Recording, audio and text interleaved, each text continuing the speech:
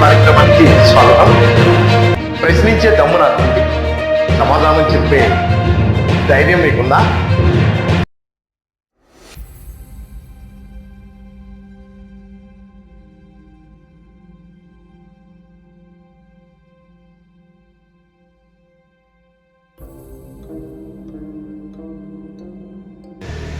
నమస్తే అండి, నా పేరు వెంకట్ సార్. యాక్చువల్గా సమాజంలో కల్తీలు ఈ రేంజ్లో జరుగుతాయని నాకు అనిపిస్తుంది. నిన్న మొన్న మన సరఫరాలో చూసాం, మాంసం మేక మాంసంలో కల్తీ. అసలు యాక్చువల్గా గవర్నమెంట్ సర్టిఫైడ్ మాంసమే అమ్మాలి. యాక్చువల్గా ఏది పడితే దాన్ని తెచ్చి అమ్ముతున్నారు. దానికి ఏం జరుగుతుందంటే ఆ మాంసంలో ఏ మాంసాన్ని తెచ్చి మిక్సింగ్ చేస్తారో అది కూడా తెలుస్తుంది. దాని గురించి ఏమంటారు మీరు? ఈ ఫుడ్ కార్పొరేషన్ వాళ్ళు యాక్షన్ తీసుకోవాలి. ఫస్ట్ వాళ్ళు ఎక్కడ పడితే వెచ్చడిగా మార్పులు షాపులు ప్రతి చోట కూడా వాళ్ళు తెచ్చి ఇక్కడ రోడ్ సైడ్ పోసేసి తచ్చినయో బతినయో లేదా రోగాలు వచ్చినాయో తీసుకొచ్చి తక్కువకి వచ్చి తీసుకొచ్చి అది చేస్తున్నారు. అదేంటి మేము పట్టించుకోవట్లేదు. మున్సిపాలిటీ వాళ్ళు పట్టించుకోవట్లేదు, ఫుడ్ కార్పొరేషన్ కూడా పట్టించుకోవట్లేదు. నెక్స్ట్ ఏంటంటే తప్పు ప్రజలు కూడా ఏంటంటే ఎక్కడ తప్పు వస్తుందో దానికోసమే చూస్తున్నారు తప్పు, కానీ క్వాలిటీ కోసమే చూడట్లేదు. కొంతమంది చూడట్లేదు. దానివల్ల ఈ ఎఫెక్ట్ అనేది వస్తుంది. ఇప్పుడు అది దాంట్లో గొడ్డు మాసం కలుపుతున్నాడు, ఇది కలుపుతున్నారు, అన్ని హైదరాబాద్ కుక్క అన్నీ ఏది చీప్గా దొరికితే దాన్ని కలుపుతుంది చేసేసి మట్టి కింద అన్నారు. అదే తిన్న వాళ్ళు ఏంటంటే మనకి హెల్త్ ప్రాబ్లమ్స్ వస్తాయి, అన్ని ప్రాబ్లమ్స్ వస్తాయి, హాస్పిటల్కి వెళ్ళాలి, ఇవన్నీ వస్తాయి. కానీ వీళ్ళు ఎవరో పట్టించుకోవట్లేదు. సరే, ఇప్పుడు ఎవరైనా తప్పు వస్తుందని చూస్తున్నాడు తప్పు, కానీ ఎందుకేది తప్పు ఇస్తున్నాడని ఎవరో కూడా ప్రశ్నించట్లేదు సార్. అలా గడిపినప్పుడు ఇది ఇలాంటివన్నీ కూడా అరికట్టగలుగుతాం. అదేంటంటే సమాజంలో రావాలి మార్పు. అది అంతే తప్పు, కానీ వాడెవడో చేయలేదు వీడెవడో చేయలేదు అంటే జరిగే పని కాదు. సమాజం నుంచి మళ్ళీ మార్పు రావాలి. అది జరిగినప్పుడు ఈ కల్తీలన్నీ అరికట్టగలదు, సమాజం బాగుపడుతుంది ఇలాంటివి చేయడం వల్ల. ఓకే, మార్పు అనేది మనలోనే రావాలి సార్. యాక్చువల్గా మార్పు అంటే సర్టిఫైడ్ మీట్ అయ్యి ఉండాలి. గవర్నమెంట్ స్టాంప్ వేయాలి. ఆ ఫుడ్ కార్పొరేషన్ ఆఫీసర్లు వాళ్ళందరూ దాన్ని చెక్ చేసి దాని క్వాలిటీని స్టాంప్ వేశారు. దాని తర్వాత ఆ మీట్కి దాని తోకగా టైర్ స్టిచ్చింగ్ చేస్తారని విన్నాను నేను. కరెక్ట్ అండి. ఆ తర్వాత ఇది సర్టిఫైడ్ మీట, వాడు ఒక మేకలు సర్టిఫై చేయించి 4 మేకలు చచ్చిపోయిన మేకలు అవి తెచ్చి దాని మీటర్ అమ్మే రకం కూడా ఉంది. యాక్చువల్గా మన సర్కారంలో బయటకు వచ్చింది ఎలాగంటే వాళ్ళకి పడక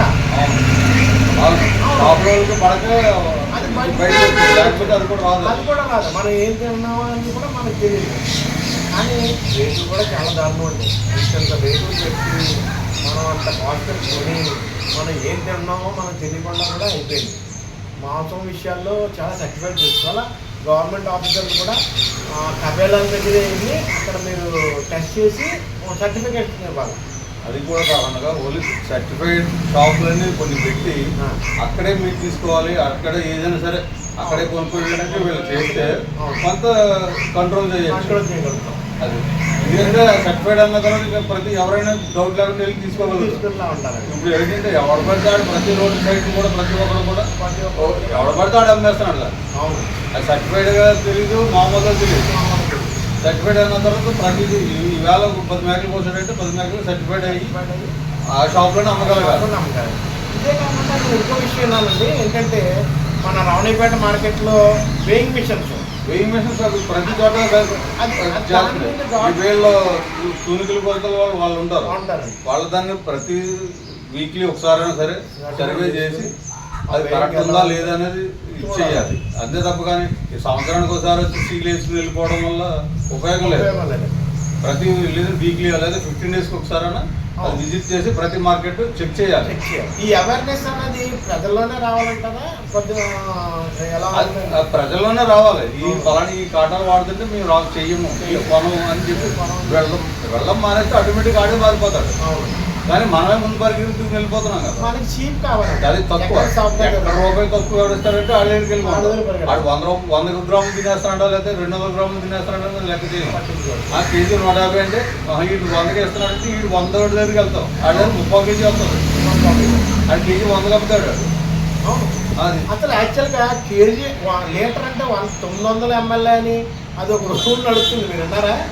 అంటే అంటే కొన్ని ఆయిల్ పెట్ట ఇప్పుడు ఆయిల్ 900 ml వస్తుంది. అవునండి. కొన్ని ఆయిల్స్ వెయిట్ పెరుగుతూ ఉంటాయి. అది కొన్ని లీటర్కి 1000 గ్రామ్స్ వస్తుంది, కొన్ని 950 గ్రామ్స్ వస్తాయి. అట్లా అదేంటంటే దాన్ని ఆయిల్స్ని బట్టి మాత్రం ఉంటుంది.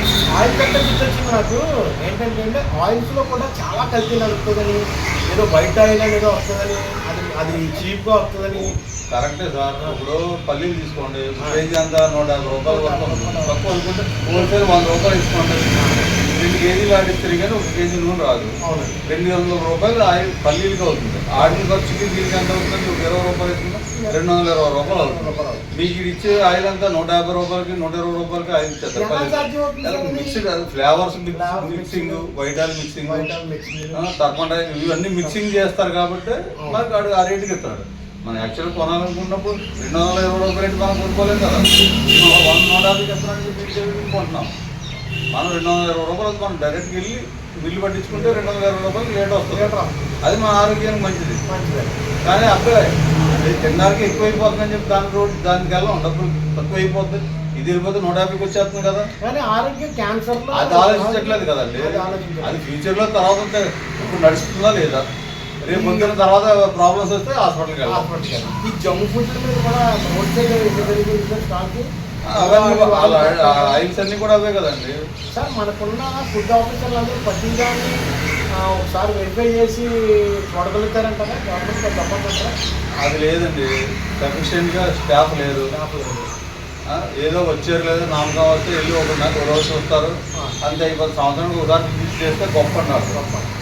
ఇప్పుడు ఉన్న ఫాస్ట్ ఫుడ్ సెంటర్లు కానీ హోటల్స్ ఇవన్నీ కూడా చెక్ చేయాలి. ఫుడ్ సేఫ్టీ ఆఫీసర్ చెక్ చేయాలండి. వాళ్ళకి టైమే సరిపోదండి ఉన్న స్టాఫ్. కానీ ఈ మధ్యకాలంలో ఎక్కడ పడితే అక్కడ చిన్న చిన్న వ్యాపారాలన్నీ బాగా ఎంప్లాయ్మెంట్ కూడా బాగా సరిగ్గా లేనట్టుంది సార్. ఎంప్లాయ్మెంట్ లేదు కదా. లేదు కదా. ప్రతి కూడా వ్యాపారం చేసుకుంటున్నాడు. అది పాల బయట తాగే బాదం పాలలో అట్లా స్టార్చ్తో తయారు చేసిన కారం స్టార్చ్ కలిపేసి చిక్కదనం కోసం ఫ్లేవర్ చేసి ఇచ్చేస్తున్నారు. అది కూడా ఏంటంటే ఆరోగ్యానికి ప్రాబ్లం రేపొద్దున్నాయి. తాగేటప్పుడు అన్నీ బాగానే ఉంటాయి, సంవత్సరాలుగా ఉంటాయి, ఈజీగా ఉంటుంది. తర్వాత వచ్చినప్పుడు ప్రాబ్లం అవుతుంది. ఈ జ్యూస్ సెంటర్లో కలిపే ఎసెన్స్ ఉంటాయి కూడా అది కూడా ఫ్లేవర్ కోసం అంతే. ఫ్లేవర్స్ అన్ని ఎసెన్స్ అన్నీ కూడా ఫ్లేవర్సే కదా. దాంట్లో ఏముంటుంది? మనకి ఏమి రాదు. దానివల్ల మనకేం ఉపయోగం ఉండదు, బాడీకి ఏం ఉపయోగం ఉండదు. ఎఫెక్ట్ బాడీకి ఎఫెక్ట్ తప్ప మనకు ఉపయోగం ఉండదు. మనం రోడ్డు మీద తినే పళ్ళు, అరటిపళ్ళు దగ్గర నుంచి యాపిల్స్ దగ్గర నుంచి మంచి షైనీగా దానిపైన పెయింటింగ్లు అయ్యి అవుతున్నాయని చెప్తూ ఉంటారు.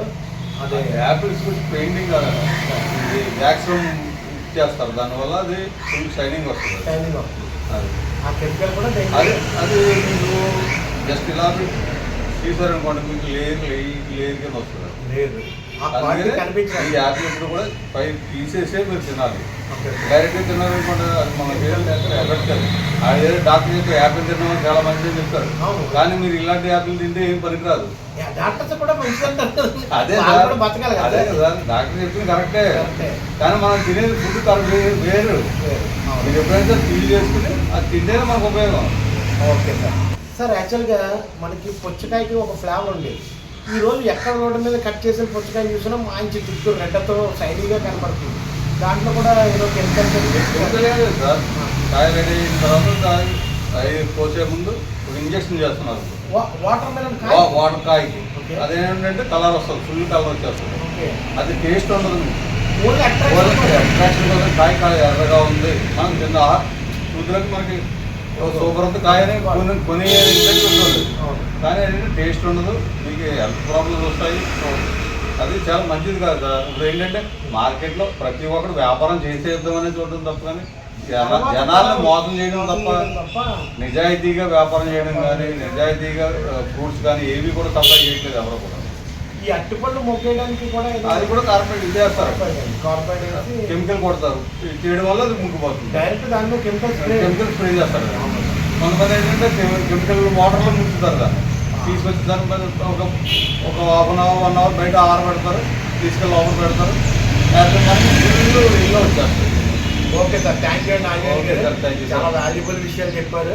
మా ఎంజే టీవీని సబ్స్క్రైబ్ చేసుకోండి, మీ వాళ్ళు కూడా సబ్స్క్రైబ్ చేయించండి. అలాగే సార్. ఈ విషయాలు మనం నలుగురిలోకి తీసుకెళ్దాం. అలాగే. ఓకే అండి, ధన్యవాదాలండి. థ్యాంక్ యూ అండి.